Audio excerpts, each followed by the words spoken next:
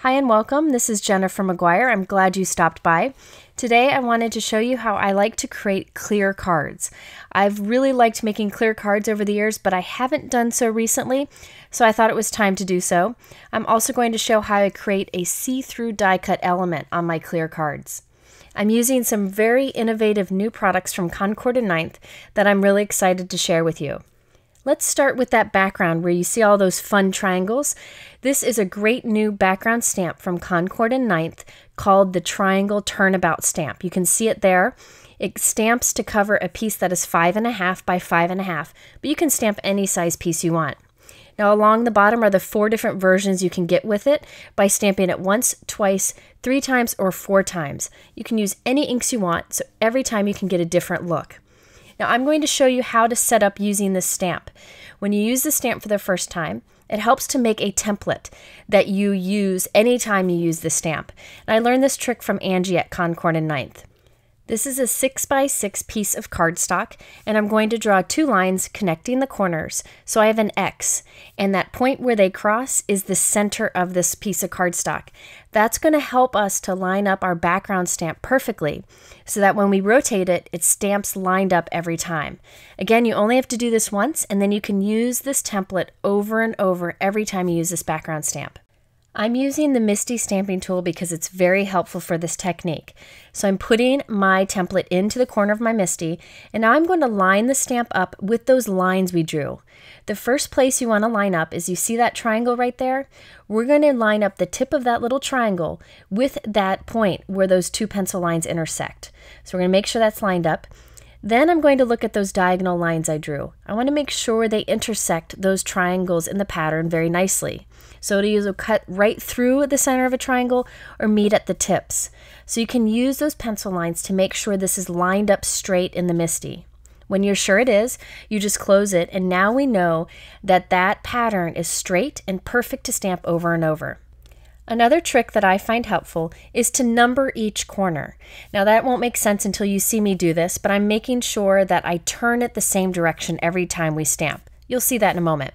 So I've numbered each corner, and I'm also checking to make sure that the stamp lines up with those pencil lines every time I turn it. You really don't have to do that. If you get it to line up the first time, it should be fine. So now we have a template or a turntable that we can temporarily adhere any cardstock to, and on this cardstock is where we'll do our stamping.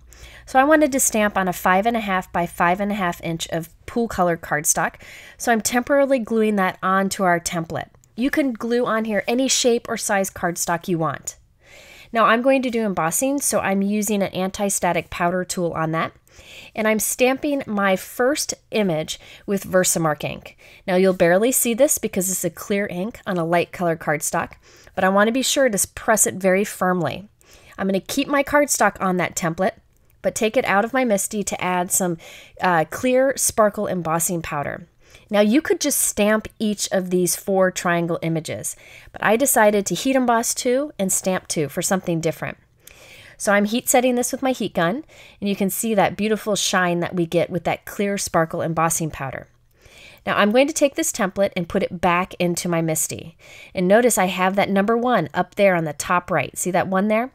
Now I know I need to turn it so that 2 is up there. So I just turned it clockwise. You could turn it counterclockwise, whatever you want. Just make sure you always turn it the same direction. So now I have the position 2, and I am going to use my anti-static powder tool again because I plan to heat emboss again. So I'm using that over the surface, and I'm going to stamp again with Versamark ink. Now since we rotated it that 1 turn, it's going to stamp a different spot this time. So we'll have more triangles that we could stamp in a different color.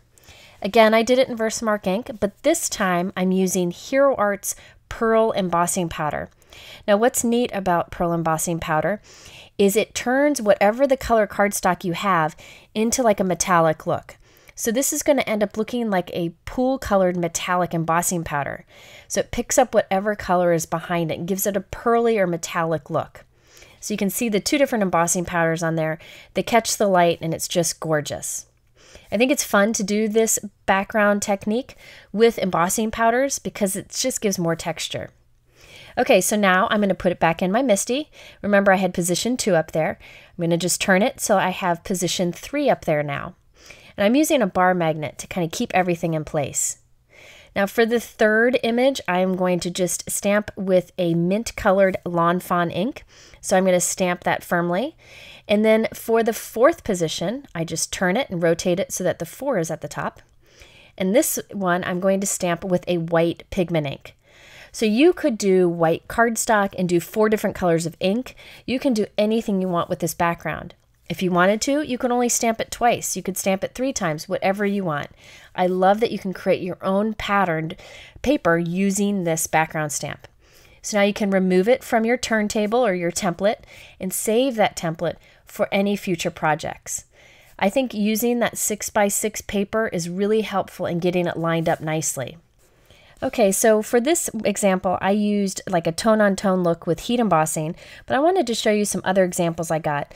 This was the first one that I did with some blue and green inks. This one, I used a smaller piece of white cardstock, temporarily adhered it to one of those templates that I created, and I stamped it with some peach colors and yellow colors. So you can temporarily adhere any shape or size of cardstock onto that turntable, and the turntable will allow you to always stamp it in the right position. So you can see I have a green turntable here. That's because I spilled coffee on the yellow one that I created, so I had to make a new one. I just wanted to show you the different looks you can get with this. Okay, so now that we've done our backgrounds, let's go ahead and create some clear cards. Clear cards are a lot of fun and unexpected. This one's a clear card, and you can see around that die cut word, kind of see through to the inside of the card, which makes it even more fun. Now for this, I'm using the Hugs die set from Concord and Ninth. It's a new one. You can see there that it cuts out a bunch of different elements around the word Hugs. There's also the Cuddles and Hugs stamp set there on the left. I didn't use it for today's video, but it teams up nicely with the Hugs die cut. So you can stamp and die cut it together and have all those other little sentiments to go with it. And it has that cute little heart die on the bottom. I just wanted to show you that because I didn't use it all in the video. Okay, so I have my backgrounds. Remember, I created these backgrounds in 5 by 5.5 by 5.5. The reason I did that is I knew I wasn't going to use that big of a piece, but watch this. I'm going to trim it down, and now I have 2 pieces that I can use for 2 cards. So sometimes it's fun to make a bigger piece than you need because then you can use them for a second card. I also have a Hero Arts clear acetate card here. Now I really like the Hero Arts clear acetate card because it is perfectly clear and very thick. It's meant for making a clear card. Now here I have 2 pieces of white cardstock that are 5.5 inches tall and about 3 3/4 inches wide. I'm gluing one to the inside of the card and one to the back. The reason I'm gluing one to the back is so that you can't see the adhesive through the back of the card. It also gives me a spot to do my little hand stamped by Jennifer image. So now I have a piece on the inside to write my message and a piece on the back for my hand stamped by image. Now we need the pieces for the front. This is where I'm going to have the word Hugs die cut. I'm going to temporarily adhere my little coral piece to a piece of white cardstock of the same size. Just temporarily adhering it so I can die cut them both at the same time. I'm using my Concord and Ninth Hugs die, that same one I just showed you, running it through my die cut machine. This is going to kind of create a window for the front of my card. Now I wanted a Hugs die cut also that was a little bit darker than my cardstock. I wanted it to match the stamping I did in the pattern. So I rubbed the ink pad directly onto the cardstock and stamped that. So I kind of created my own color of cardstock. So now that I did the die cutting here, I'm going to go ahead and glue the top part of my little pattern piece here onto the front of the clear card towards the top. And then I have my Hugs die. And I'm going to glue that right up by it. But there's a little gap. That's the great thing about this die set from Concord and Ninth. Cuts like a little frame for your Hugs word. I'm going to leave the frame out and make it so you can just see through the card. And again, this cardstock here that I die cut this Hugs from is that cardstock where I colored the ink right onto the cardstock for new color. Then I can glue the bottom piece below that, and there we have our front, and you can see around the word Hugs. So now the inside of our card isn't looking so hot because you can see through it. So I'm going to take that other white piece that we had temporarily adhered to the peach piece and did the die cutting. I'm going to glue that to the back of that. So we're kind of sandwiching the clear acetate between it. So the trick to clear cards is anything you put on the front, you want to make sure to put on the inside back. so you can hide all of your adhesive. So we still have the adhesive on the hugs that's showing through. So I die cut another hugs word. This time you're putting adhesive on the top because it's going to be backwards in here. And then you just glue that on. And the whole purpose is, again, to hide your adhesive. You can skip this if you want to, but I really think it helps in making like a neat looking card. Clear cards are fun and unexpected, so I really like making them. So now I have a silver glitter paper die cut. This is the thin hugs word. All of these hugs are in the same die set. I'm putting tiny dots of some strong liquid adhesive on the back of it, and I'll put it right in the center of our die cut and then put something heavy on top of it so that it has time to stay in place while it dries. It doesn't take too long to dry at all. Now this is another new Concord and 9th stamp set that is just beautiful. You can build it up, and there are a lot of great sentiments in it.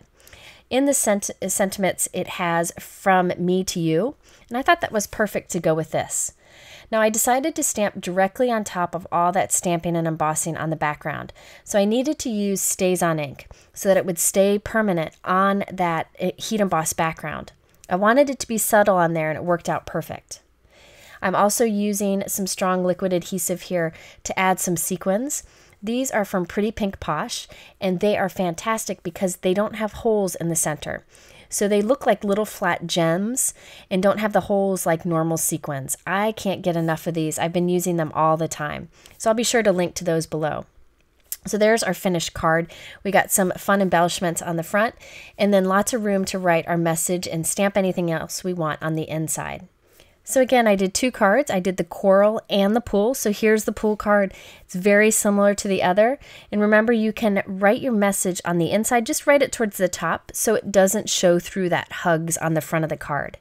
So I hope this inspires you to check out the new Concord and 9th products. They didn't ask me to do this video. I just think these are brilliant products and really good people too. So I linked everything below in my YouTube description. I always do. You could also go to my blog where I have a lot more photos and other ideas for you. I appreciate you spending time with me. In the middle are 2 more videos that might be of interest. And if you haven't done so, be sure to hit that subscribe button so you can see other videos I do. Thanks again, and have a great day.